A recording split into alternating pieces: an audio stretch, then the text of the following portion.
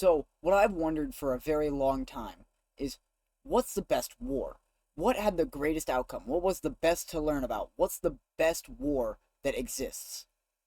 So, I bring to you today the war tier list. For obvious reasons, I'm not including current conflicts, because, frankly, that's just a bad idea on my part. It's a business move, I guess you could say. Starting us off strong is the Vietnam War. Now, if you don't know what it is, for some odd reason, if you've been living under a rock and just haven't learned any history, the Vietnam War was a war fought during the Cold War that was mostly just a pissing match between the United States and the USSR. The USSR saying, I have bigger gun. No, I have bigger gun, USA says. And then it just continues going like that, where they're fighting for political stance in different parts of the world by sending troops to fight in places where they shouldn't be. The Vietnam War introduced some styles of combat that you don't usually see. Guerrilla warfare, where people are fighting with every single resource they have, mostly that being the jungle, compared to a modern military. Who wins, a highly trained Marine or a Punji Pit? The answer may not surprise you, because also they weren't high trained Marines. They, for some odd reason, drafted during the Vietnam War in America, because apparently it was so important that they needed to pull the youth of America into the war. This ended up making most people obviously unhappy because their kids were dying for a reason that wasn't really a war that needed to be fought. The Vietnam War didn't really have many introductions of new technologies, nothing special. It was just napalm, trees, and men who didn't know how to fight. Oh, and a bad gun, the M16. That's where they learned that the M16 kind of really sucks. So with all that in mind, might as well put it on the tier list now. I'm going to put the Vietnam War at C tier. Now, there wasn't much technological advancement. There wasn't much being fought for. There wasn't a cause. There wasn't a common goal. It was just two people having a pissing match, and both of them ended up losing. Mostly the United States, but both of them did end up losing. Staying on the topic of the Cold War, let's talk about the Korean War. Now, this one's a bit more interesting, because its implications actually do have effects to today, where it's actually still affecting the people who live in Korea, both north and south. During the early parts of the war, and later parts of the war, both sides did almost win, but neither side would ever end up actually truly taking all of Korea. So it ended up being split down, I think the 49th parallel. Don't quote me if I'm wrong. The Korean War had tons of advancements. The Chinese were fighting, the Russians were fighting, the Koreans were fighting. It was a very interesting war to learn about. The MiGs that were invented just to fight primarily in that war were very interesting. World War II aces getting to fight in jets for the first time because they were used to props and were actually some of the best prop pilots, but then proceeded to have to switch to a jet aircraft. I find that incredibly interesting. The best pilots of the yesteryears being still great pilots, just in new aircrafts that are more cutting edge and better technology. Places like MiG Alley, where 400, 500 MiGs were down for the price of 200 American planes, where it's incredible losses for marginal gain, and it was mostly an air battle, but you still had the ground battle going on. Interesting things they try to do because there was interception of radio technologies at the time. I don't know if you can tell, I like the Korean War, I'm a nerd. The Russians would try and teach their soldiers how to speak Chinese on the radio because they didn't want them knowing that they were sending Russian pilots into the battle itself. But once you end up in a dogfight, you stop thinking, man, what was I supposed to say in Chinese? And you start going, oh shit, that's a bullet! So it instantly lost its effect, and the Americans knew they were fighting Russians, Chinese, and the North Koreans. Well, with that, I'm going to put it on the tier list. I'm going to put the Korean War at A tier. It's an interesting war to learn about. Basically everything about it's just all around interesting. The cutting edge technology, the first time jets had really been seen in a real conflict, other than just small skirmishes outside of different areas, and the first time we see, like, Chinese aces. A lot of interesting things came from that war. It seems like a lot of people forget about it too when they talk about wars during the Cold War or wars in general. I love the Korean War. It's one of my favorites.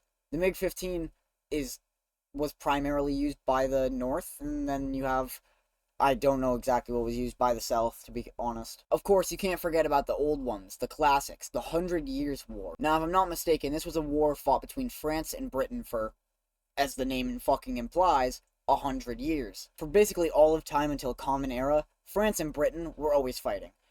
Nobody knows why. In fact, they've proposed ideas where they have a joint government, but that's only recently. In the past, they've always fought, and they've always it's been with swords and bows mostly. Where in the English Channel you can see across, and some bowmen, people who are really good with longbows, could fire across the English Channel and hit a man and with good accuracy. Of course, if you like world wars like me, you might not know what difference this brought, but you do know one difference, and that's that the French won this war. Unlike most wars they do usually lose, they actually got to win a war, which was the 100 Years. They always beat up the British. That is something that would always stand strong. Almost anybody can beat the British in a war. But with that, I'm going to put this on the tier list. I'm going to put the 100 Years War at B tier. It's a fun war to learn about, but I don't know a super large amount about it, so I can't really rank it super high. I've also just never been much into that era of history. I've been more into World Wars, 1890s, 1880s. So I can see what's interesting there, though. So with that easy segue I just created, I'm going to talk about World War I and World War II. I'm going to talk about them together because you can't talk about two if you don't talk about one. World War I originally started because of the assassination of Archduke Franz Ferdinand. As a request from the Austrians, they sent a very long list of reparations the Serbians were meant to pay, and the Serbians said, "Nuh-uh," and then called Russia in, and then it just ended up being a web that attacked everybody, including Germany, who got the blame for it at the end, because they were an aggressor, which they shouldn't have been, and they really didn't need to be. World War I has some interesting technologies. It also has some interesting deaths, like Trenchfoot's existence finally got noticed, where, you know, you can't sit in a trench with just your feet wet forever. It's a very gruesome war, and the way it was fought is old style, but new weapons, where they're using, like, lines of attacks, and they're sending people across trenches. You couldn't catch me going across a trench. Alright, men, what we're gonna do is in a very large formation, we are all going to sprint 300 meters that way. And then we will get 300 meters of land gained. That's if we all survive, or the attack succeeds. There's about a 90% chance it doesn't, but we're gonna try it anyway. That's a war that probably wouldn't have ended for very long. It would have taken a very long time if America didn't get involved. I feel like the shotgun, the recharge ready troops that weren't actively already in the war for many years and preparing to be in it for many more, getting attacked by a fresh batch of troops was completely unprecedented and unexpected by the Germans. So what ended up happening was they collapsed almost instantly under it. Once Germany and Austria lost, they lost a bunch of land. Austria-Hungary no longer exists. I mean, that's just something that's obvious. Germany had lost a lot of land. This made a silly man with a mustache very angry, very bitter at the world. Also the fact that he was shit at art. Eventually he rose to be chancellor, and the rest is history. We're going to not talk about what the bad things he did, because I could go on for an hour. World War II had maybe some of the most technological advancements and revolutionary things about combat in general. Tank combat was at its height there, where tanks had finally started becoming something that you need to have in your attacking forces, or even defending forces, to have even a sliver of a chance in a battle. Plane combat was more advanced than it had ever been, and it probably was the most interesting it will ever be, because there were people who with actual skill and not just machines and not just screens and not just missiles were actually fighting in combat. The Germans trying to do a Wunderwaffe technique where they create some wild abomination of a tank or a plane and it not working at all.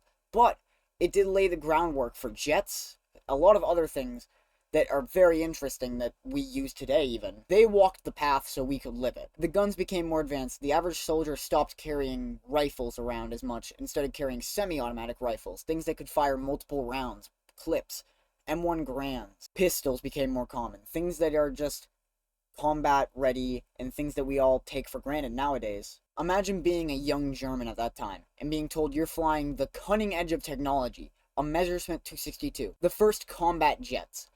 And you, as a young person, put the engine up to 100. Then all of a sudden, your engine explodes. Now, of course, there were some faults with some of the technologies they tried to create. Those faults, though, you can't have success without failure. It's one of my favorite sayings. If you succeed without failure, you do not know truly what success is. All in all, World War II is one of the most interesting wars to learn about, and one of my favorite to talk about in general. I could go on for 30-40 minutes just talking about World War II, and World War II technologies that were invented during the time, but I'm not going to. So I'm going to put World War I and II on the tier list now. I'm going to put World War I at A tier. So, very solid war, very bad reasoning of why it happened, the web of events that it's a bit foggy and a bit of a hazy reasoning behind the war, but it does lay the groundwork for World War II, so it also has some interesting technologies like the blimps in combat. That's something you don't see anywhere else except for that war, and that war only, because incendiary bullets happened to be invented in that time, which happened to render them completely useless. World War II, I'm going to put that at S tier. One side was fighting for a very good cause, and one side was fighting for a very bad cause. There's an easy good and an easy evil. That's just a plus. New technologies that were never even thought of were invented. Tanks, some of the most interesting combat vehicles, Operation Barbarossa, things that just are super interesting to learn about happened during World War II. So, I mean, it's my favorite war in this list, and I'm going to say it should be yours too. Alright, if you guys would want to see a part 2 or anything to this, I'll do a part 2. Just let me know in the comments. Smash that like button. Smash that subscribe button. And, I'm going to do a little jig. Like and subscribe and all that good stuff.